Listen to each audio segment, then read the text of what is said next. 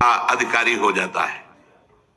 बहुत सुंदर अध्यात्म की चर्चा है, भगवान की कृपा होगी तो आप समझ पाएंगे। और इसका समझने का तात्पर्य है कि भगवान की तरफ दौड़ पड़ना।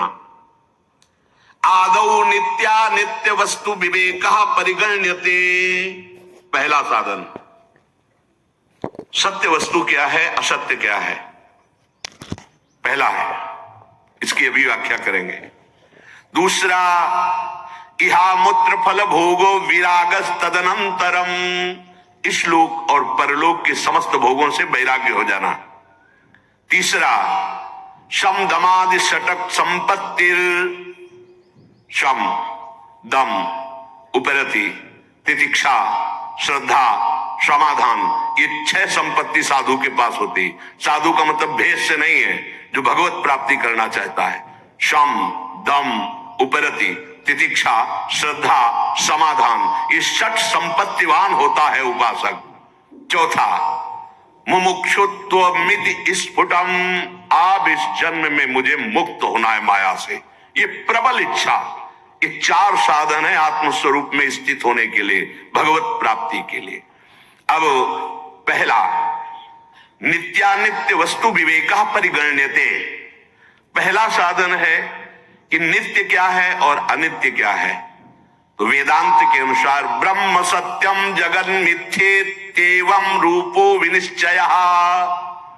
भक्ति के अनुसार मत्तः परतरम नान्यत किंचिदस्ति धनंजय। अगर ज्ञान मार्ग का पथिक है तो ब्रह्म सत्यम जगन मिथ्या, एकमात्र ब्रह्म सत्य है और जितना नानात्व दिखाई दे रहा है सब स्वप्न है। उमा कहूं मैं अनुभव अपना, सत हरि भजन जगत सब सपना। देखो ना, सपने का महत्व है कि जागृत का महत्व है तुम्हारे अंदर।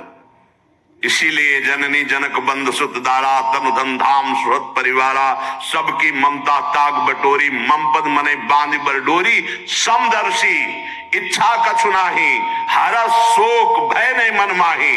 जीवन मुक्त हो गया। भक्ति मार्ग, ज्ञान मार्ग, ब्रह्म सत्यम जगन मिथ्या, संपूर्ण संसार झूठा, एकमात्र ब्रह्म सत्य है। 2 पद्धति से जाना जाता है, अन्वय और व्यतिरेक। व्यतिरेक नहीं है, अन्वय है।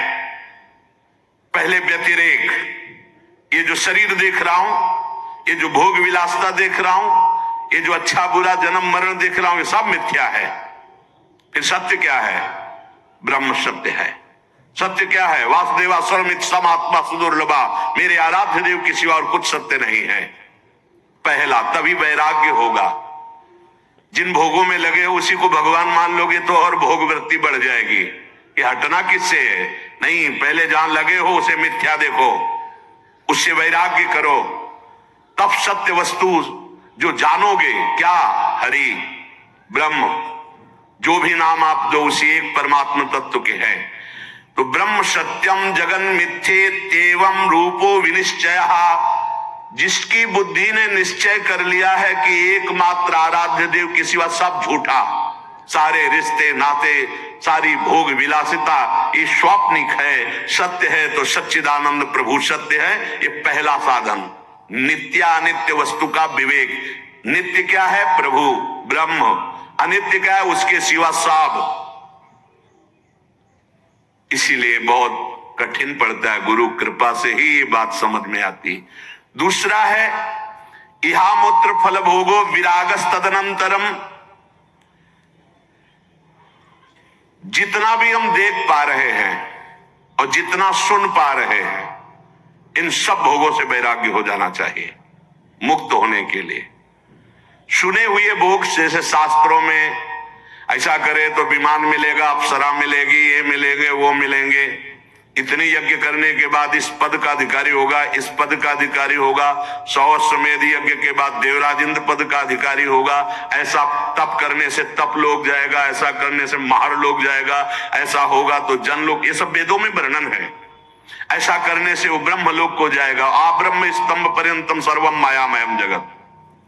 जिस उपासक को ये बात समझ में आ गई, इष्ट के सिवा कुछ नहीं, न इस लोक के भोगों में राग, न परलोक के सुने हुए भोगों में राग, उस परम वैरागी को दूसरा साधन प्राप्त हो जाता है।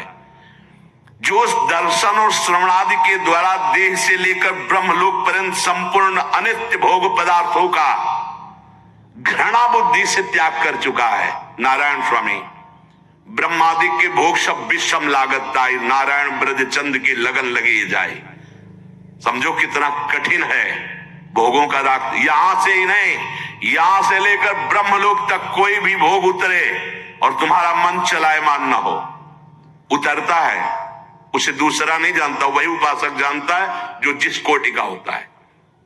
जैसे आप मृत्यु लोक के भोगों पर विजय प्राप्त कर लिए तो आपके पास अवसर आएंगे, आपके पास दैवी आकर्षण आएगा, आपको ऐसा आएगा जैसे स्वप्न में आता है।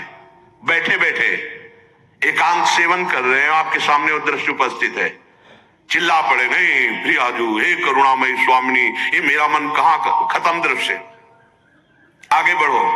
हर लोक का भोग आएगा, हर लोक की आकर्षणकारी वृत्तियां आएंगी। बोले हमारे सामने तो नहीं आती, 100 ग्राम बर्फी में तो मन चलायमान हो गया, तुम्हारे सामने स्वर्ग का भोग आवे है? यहां का साधारण पांच भौतिक शरीर तो तुम्हें गिरा दिया तो तुम्हारे सामने अवसर आएगी। भले समझो यहां लाख 10 लाख करोड़ का आदि तो तुम्हें गिरा दिए तो तुम्हारे पास सिद्धियां आएंगी। समझो जब इस लोक के किसी भी भोग का आकर्षण उपासक के अंदर नहीं रहता तब दैवी आकर्षण उपस्थित होता है। पूज्य पादुरिया बाबा के पास ऐसी देव सुंदरियां स्वर्ण की थालों में विभिन्न प्रकार के खाद्य पदार्थ लेकर, और बाबा मुझे स्वीकार करो, भोग स्वीकार करो, भाग पड़े बाबा। और जब भागे बहुत और अंदर से पुकारा गुरुदेव, तब पीछे मुड़ के देखा कुछ नहीं, दैवी। उनको बड़ा आनंद आया कि चलो भयभीत हो गए, कम से कम राग तो नहीं हुआ, आगे बढ़े। इस लोक में जो दर्शन किया, श्रवण किया, परलोक की जो बातें श्रवण करी, कहीं भी कोई आसक्ति नहीं, घृणा बुद्धि से कि सब माया में जादू का तमाशा है, सत्य है तो प्रियालाल सत्य है, प्रभु सत्य है, उसे वैरागी कहते हैं। दूसरा साधन। तीसरा बहुत जोर की संपत्ति है, ये साधक की संपत्ति है। बोले शम दमादि षटक संपत्ति है। पहला शम, बार बार जो इंद्रियों में विषयों का आकर्षण आता है उसमें दोष दृष्टि होना, कुछ नहीं। कौन सा ऐसा द्वार है जहां से अमृत निकलता है? कौन सा ऐसा भोग है जो हमें परम सुख प्रदान कर सकता है? बार बार दोष दृष्टि और उसका चित्त विरक्त हो गया है, चित्त, और अपने लक्ष्य पे स्थित हो गया है, उसे शम कहते हैं। चित्त को ही संकल्प विकल्प करने के कारण मन कहते हैं। जिसका मन अपने आराध्य देव में आसक्त हो गया है, कोई भोग उसे विचलित नहीं करता है, वो पहला संपत्तिवान है। शम रूपी संपत्ति उसको प्राप्त हो चुकी है। दूसरा, विषयेभ्यः परावर्ते स्थापनम स्व स्व गोलके उभयेषा इंद्रियाणाम सा दमः परिकीर्तितः।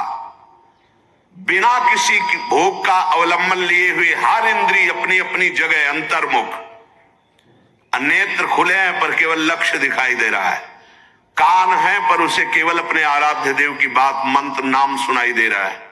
हर इंद्रिय अपने गोलकों में स्थित होकर अंतर्मुख हो गई है। अभी हमारी हर इंद्रिय बहिर्मुख है। ज्ञानेंद्रियां और कर्मेंद्रियां दोनों को साधक ने खींच लिया है और खींच करके अपने स्थानों पर स्थित कर दिया है, उसे दम कहलाता है। वो उपासक दम संपत्तिवान है, अपनी 10 इंद्रियों को अधीन कर लिया है। क्यों? क्योंकि शम में ही पहले घृणा हो चुकी है, यहां से लेके ब्रह्मलोक तक के भोगों से दोष दृष्टि हो गई है उसकी। उन भोगों से उसको किंचित मात्र भी सुख की आशा नहीं रही, तो इंद्रियां अपने आप अंतर्मुखी हो गई। वो दम स्थिति को प्राप्त हो। बोले तुम्हें दम हो तो करके दिखाओ। तो सच्चा दम यह है कि अपनी इंद्रियों को, चाहे ज्ञानेंद्री चाहे कर्मेंद्री, वो भोगों से हटा करके सच्चिदानंद अपने लक्ष्य में स्थित है। वृत्ति का बिल्कुल बाह्य न होना, किसी भी बाह्य विषय से आकर्षित न होना, इसी का नाम उपरति है। कई बार चर्चा की है। पहले शम दम उपरति। भोगों की लालसा है पर मैं भोगूंगा नहीं, क्योंकि भगवत प्राप्ति करना इसे त्याग कहते हैं। यहीं से शांति शुरू हो जाती है। त्यागा शांति निरंतरम, ये पहला त्याग। दूसरा, भोगों की उपस्थिति होने पर ये भोग सुख देंगे, ये भाव ही खत्म हो चुका है अंदर से, उसे बैरागी कहते हैं। तीसरा, ये भोग है ऐसी वृत्ति ही खत्म हो चुकी, उसका नाम उपरति है। सम दम उपरति। सम अपने चित्त का, अपने मन का आराध्य देव में स्थित हो जाना, कहीं आकर्षित ना होना। दम अपनी 10 इंद्रियों को निज गोलकों में स्थित करके अंतर्मुख कर लेना।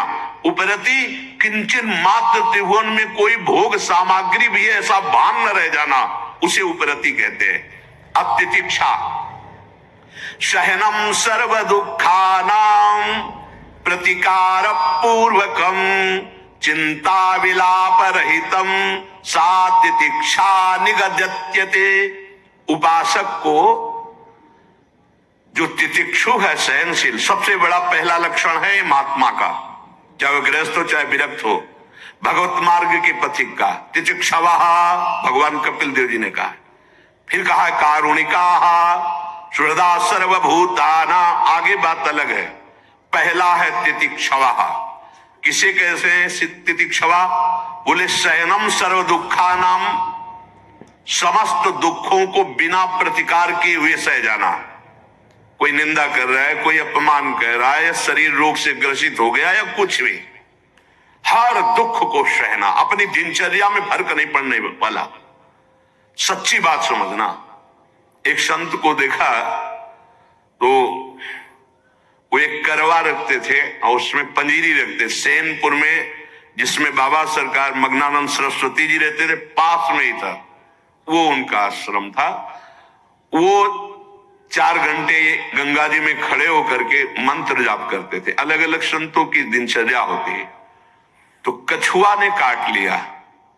अब रोज खड़े होना, कोई औषधि नहीं, प्रतिकार नहीं उसका, तो वहां सड़न पैदा हो गई और पूरा पैर पक गया।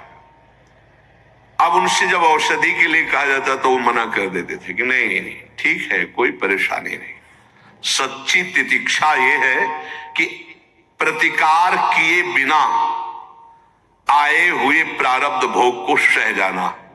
जैसे पूज्य राधा बाबा फिसले खड़ाऊ से और उस समय त्रिपुर सुंदरी का अनुष्ठान कर रहे थे और टूट गया अंग। बांस की खपाच बंधवाई, लेकिन कोई इंजेक्शन नहीं, कोई एलोपैथिक दवा नहीं। बड़ा मुक्त होना देखा ना कितना कठिन। सहन तितिक्षवा, ये तितिक्षा शब्द ये तो शरीर का हुआ। अब सूक्ष्म शरीर, काम का वेग, क्रोध का वेग, लोभ का वेग, मोह का वेग, मद का वेग, मत्सर का वेग, बिल्कुल शांत, कोई जान नहीं सकता, अंदर ही अंदर सह गए, उसे कहते तितिक्षवा। बिना कोई प्रतिकार किए सारे कष्टों को सह जाना, सर्दी गर्मी बरसात। तो सहनम सर्व दुखाना म प्रतिकार पूर्वकम, बिना कोई प्रतिकार किए आए हुए हर दुख को सह जाना, ये सहनशीलता है, ये तितिक्षा है। फिर श्रद्धा, सम दम उपरति, तितिक्षा और श्रद्धा। जैसा गुरुदेव बोले बिल्कुल वैसा, बिना विचार किए वैसे का वैसा मानना। जैसा शास्त्र आज्ञा कर रहा है वैसे का वैसा मान लेना, इसे श्रद्धा कहा गया है। और श्रद्धावान लभते ज्ञानम, वही शुद्ध ज्ञान और भक्ति को प्राप्त होता है।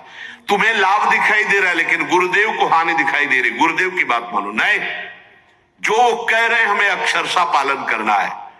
अब इसके बाद समाधान, कई बार कहा है कि चित्त का समाधान हो जाना चाहिए साधक का। समाधान के विषय में कोई प्रश्न नहीं होना चाहिए। क्या समाधान?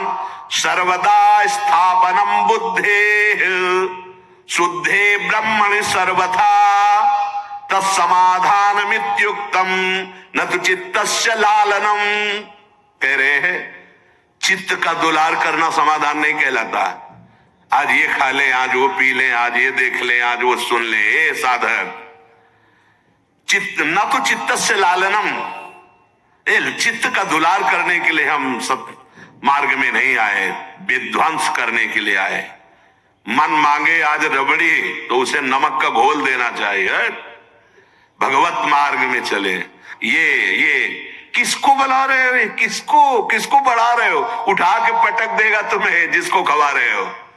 जिसको खवा रहे हो तुम्हें उठा के पटक देगा सतमार्ग से अलग, दुश्मन को नहीं।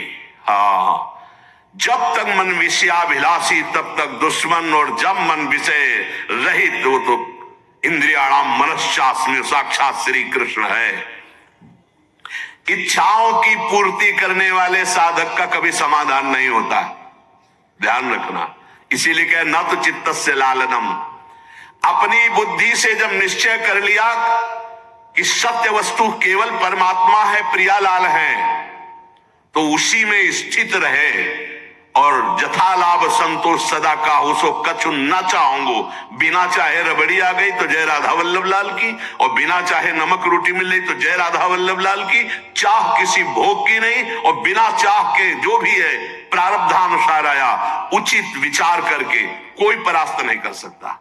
आज ऐसी कचौड़ी बननी चाहिए। अब लगे हैं हलवाई, बन रहे हैं, खा रहे हैं, तो बोले ना तो चित्तस्य लालनम, चित्त का समाधान नहीं हो पाएगा, भगवत प्राप्ति में बाधा पड़ जाएगी।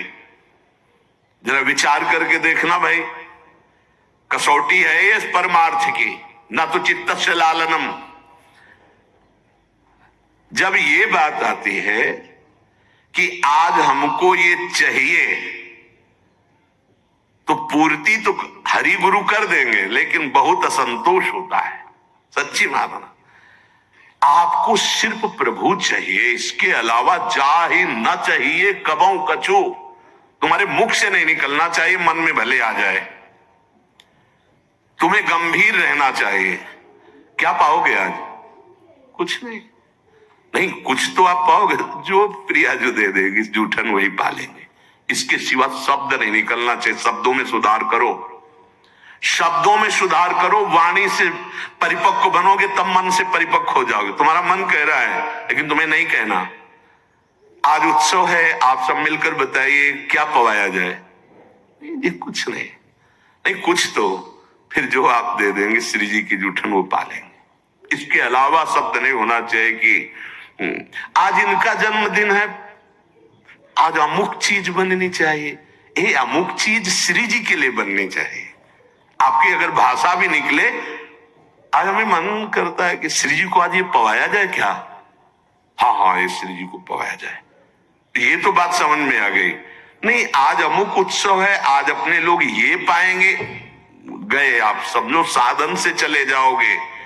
पक्का समझ लीजिए, ये चित्त का लालन करना, दुलार करना, ये बहुत हानिकारक है। ये सब इंद्रियों को फ्री कर देगा। जो हम समेटना चाहते हैं, बिखरी पर्यो मन सिमटत नहीं, इंद्र लीनो जीत सिद्रुदा जी। तो समाधान क्या है? जो गुरुदेव के द्वारा निश्चय किया गया तत्व श्यामा श्याम, इसके सिवा में कुछ नहीं चाहिए। न जीवन, न मृत्यु, न सुख, न दुख, न लाभ, न हानि। जैसी भी परिस्थिति आएगी उसको सबको सहेंगे। बस यही हम कहेंगे कि हमें श्यामा श्याम चाहिए, इसके अलावा कुछ नहीं। आपको क्या पसंद है? राधा नाम नहीं, वैसे ना ऐसे ना वैसे। आपको क्या चाहिए? श्री जी की दास्ता। आप अकेले रहते हैं? नहीं, श्री जी के साथ रहते हैं। हर उत्तर आपका अध्यात्म से जुड़ा होना चाहिए। नहीं सुनते हैं व्यवस्था आपकी ठीक नहीं है, हमारी व्यवस्था बहुत जोर की है। श्री जी के सिवा हमें और कोई व्यवस्था नहीं चाहिए। गुरुदेव ने वो व्यवस्था कर दी है, अब हमें और कोई व्यवस्था नहीं चाहिए। उत्तर आपका अध्यात्म साधक के जैसा होना चाहिए। संसारिक उत्तर नहीं होना चाहिए कि बैठ के दुखड़ा रोने लगे कि हमारी ये समस्या। हमारी साधु की हर समस्या का समाधान साधुता है। जब चित्त का समाधान हो गया तो फिर व्यवधान किसका? प्रॉब्लम उसको है जो शरीर संसार का रागी है, जो भगवत अनुरागी है। ये शब्द ही नहीं उसके जीवन में। समस्या, प्रॉब्लम, ये शब्द ही नहीं। ये वाला चिंतन नहीं रहता। उसका चिंतन हर समय सच्चिदानंद में रहता है। अब कह रहे हैं कि मुमुक्षुता ये आखिरी है संपत्ति। पहला नित्यानित्य वस्तु का विवेक, दूसरा देह से लेकर ब्रह्मलोक तक वैराग्य, तीसरा सम दम उपरति तितिक्षा श्रद्धा समाधान, अब है मुमुक्षुता। ये अहंकार से लेकर देह पर्यंत ये सब अज्ञान कल्पित माया के द्वारा रचा हुआ, ये मैं नहीं हूं, मैं जानना चाहता हूं कि मैं कौन हूं, इसे मुमुक्षुता कहते हैं। मैं मुक्त होना चाहता हूं, मैं अविनाशी हूं तो कैसा हूं, मैं इस विनाशी शरीर में फंस गया हूं, कोई मुझे मिले और मुझे बोध करा दे। वो जो मुमुक्षुता उसके अंदर बढ़ती, उसे मुमुक्षुता कहते हैं। जब ये चार साधन हृदय में जागृत होते हैं तब परिचय प्राप्त होता है शरीरों का।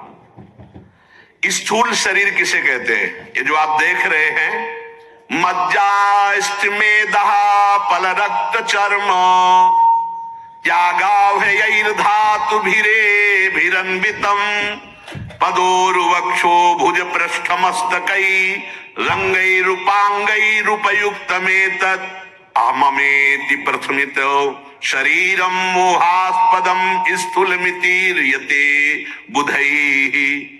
मज्जा, हड्डी, मेदा, मांस, रक्त, चर्म, त्वचा, इन 7 धातुओं से बने हुए इस ढांचे को, इसमें कहीं आप नहीं है। मज्जा, अस्थि, मेदो, मांस, रक्त, चर्म, त्वचा, इस 7 धातुओं से बना हुआ यह ढांचा है जिसको मैं लेकर घूम रहे हैं। मैं गोरा, मैं काला, मैं, यही बंधन। ध्यान से सुनो। चरण, जंघा, छाती, भुजा, पीठ, मस्तक, ये अंग उपांगों से युक्त जो ढांचा है, इसमें माया के द्वारा मैं और मेरा भाव स्थित हो चुका है। इसे स्थूल शरीर कहते हैं, जो आप देख रहे हो। ये आकाश, वायु, जल, तेज, पृथ्वी, ये 5 भूतों से बना हुआ है। इसमें मज्जा, अस्थि, मेद, मांस, रक्त, चर्म, त्वचा है। इसमें चरण, जंघा, छाती, भुजा, पीठ, मस्तक आदि अंग उपांग हैं। और इसमें जो अहंकार हो गया कि मैं स्त्री, मैं पुरुष, मैं गोरा, मैं काला, मैं बलवान, मैं जवान, मैं महत्वशाली, मैं अमुक कुल का, यही तुम्हारी दुर्गति का कारण बंधन है, अहंकार। स्थूल बिल्कुल अलग है, बिल्कुल एक कपड़ा है, आत्मस्वरूप नहीं है। और इसे हमने आत्मस्वरूप मान रखा है, मैं। इसी से 5 विषयों का भोग करता रहता है अहंकारी, शब्द, स्पर्श, रूप, रस, गंध। ये स्थूल शरीर मूल पुरुषों को बांधे हुए है, ज्ञानियों को नहीं, प्रेमियों को नहीं। थे बचन मिथुन मुख निसरत, सुन सुन देह दशाकिन भूलो। किसी भी मार्ग के पथिक हो, पहले इससे राग अपना हटाना पड़ेगा। बिल्कुल ठसा बैठा है, मैं स्त्री, मैं पुरुष। देख लो, जब तिलक लगाते हो तो शरीर के माथे पे लगाते हो या अपने? देख लो, अपने लगाते हैं। हाँ, यही अहंकार, इसी को भूलना है। एक स्थिति ये भी आती है कि ये सब भूल जाते हैं। लिखंति भुज मूल तून खलु शंख चक्रादिकम विचित्र हरिमंदिरम न रचयंति बालस्थले लसत तुलसी मालिकाम ददत कंठ पीठे नवा गुरुर भजन विक्रमात् को इहिते महाबुद्धया। वो ऐसी स्थिति को पहुंच गया, होश है नहीं तिलक लगाने का, कंठी बंधी की नहीं, होश है नहीं, क्योंकि शरीर को होश नहीं है। पर वहां तक पहुंचने के लिए लगाना है। ऐसा न हो कि कल से लगाना बंद कर दे कि हम उस स्थिति में। हाँ, नहीं, ऐसे में बहुत जल्दी आज सिद्ध हो जाते। ये स्थूल शरीर का राग विषय भोगों में फंसाता है। स्थूल शरीर समझ गए? इसका राग शब्द, स्पर्श, रूप, रसगंध भोगना, ये काले सर्प से भी अधिक भयानक जहरीला है। सामने अब उसकी व्याख्या कह रहे कि काला सर्प डसेगा तो जब डसेगा तभी मरोगे, एक ही शरीर नष्ट होगा। ऐसे देख ले तो मर जाएगा, सूंघ ले तो मर जाएगा, छू ले तो मर जाएगा। क्या? शरीरों का राग। डसेगा तो जब डसेगा तभी मरोगे, एक ही शरीर नष्ट होगा। ऐसे देख ले तो मर जाएगा, सूंघ ले तो मर जाएगा, छू ले तो मर जाएगा। क्या? शरीरों का राग। बोले एक जन्म नहीं 7 जन्म तक, जन्म जन्म नहीं जन्म जन्म, क्या बोलता चला जा रहा है। शरीर राग कैसे बोल रहा है, हम जी नहीं सकते तुम्हारे बिना। क्या हुआ, बोले देख लिया मर गया। क्या हुआ, बोले छू लिया मर गया। सांप ने तो डसा तो एक शरीर नष्ट किया, और ये अनंत जन्मों से आसक्ति चली आ रही, स्त्री आसक्ति, पुरुष आसक्ति, भोग आसक्ति, श्रवण देखना, क्या क्या सब प्रपंच। आंख से देखने वाले तक को मार देगा यह विषय। सौबरी जी 50 ब्याह, अजामिल पूरी जिंदगी बर्बाद, वो तो पुत्र के बहाने नारायण, देख लेने से मार देगा, डसने की जरूरत नहीं है। और शरीर में पूरा विषय विष भरा हुआ है, आकर्षण, आसक्ति, राग। बीछी के पूंछी विषय, बिच्छू के तो पीछे केवल डंक में जहर है, और मुख में बस है भुजंग, सांप के केवल मुख में है। मुख भर न डसने पावे तो खिलौना है, वो कुछ नहीं है। केहर के नख में बस है, सिंह के पंजों में विष है, वो मार दे तो मूर्छित हो जाओगे। और पांचभौतिक शरीर के सब अंग में जहर है। इसकी रचना ऐसी हुई है, सब अंग में देख लिया तो मर गए, छू लिया तो मर गए, भोग लिया तो मर गए। मर गए, अब जी नहीं सकते, ऐसे दलदल में फंस गए, भोगना ही पड़ेगा। अब कोई निकला हुआ महापुरुष तुम्हें निकाल ले तो निकाल ले, नहीं ये भोगों का दलदल ऐसा है कि बातें बनाते रहो, कसम खाते रहो, भोगते रहो। पक्की बात, गंगा मैया और जमुना मैया और भगवान और चाहे जिसकी कसम खा लो, जिस दिन भोग सामने आएगा परास्त करके बैठ जाएगा, आपको आपके चित्त में गिरा के बैठ जाएगा। ये बड़े बड़ों की बात है, छोटे की बात नहीं। इसे कहते हैं स्थूल शरीर, जिसे आपने अभी सुना। जब कोई स्थूल शरीर का राग रखकर इस परमार्थ में आता है तो उसे ये परमार्थ ऐसे लील जाता है, परमार्थ को ऐसे लील जाता है जैसे तैर कर जाने वाले को मगरमच्छ लील जाता है। शरीर रागी। फिर क्या होता है, दंभ और पाखंड। परमार्थ पाई भर नहीं होता और पूरा किलो भर पाखंड अंदर बैठ जाता है। बिल्कुल पक्का समझ लो, शरीर राग। शरीर राग ही नष्ट करना बैरागी का पहला धर्म है। कहीं और भाग के जाने की जरूरत नहीं, सत्संग में भाग के आने की जरूरत है। सत्संग से ही सर्वसंगोपहो ही माम, नहीं चाहे जितनी गुफा में बैठ जाओ, इसका राग बना रहेगा। जिसने गुरु कृपा से प्राप्त विवेक और वैराग्य के तलवार से इस शरीर राग रूपी ग्राह को नहीं मारा, वो इस संसार समुद्र में तत्काल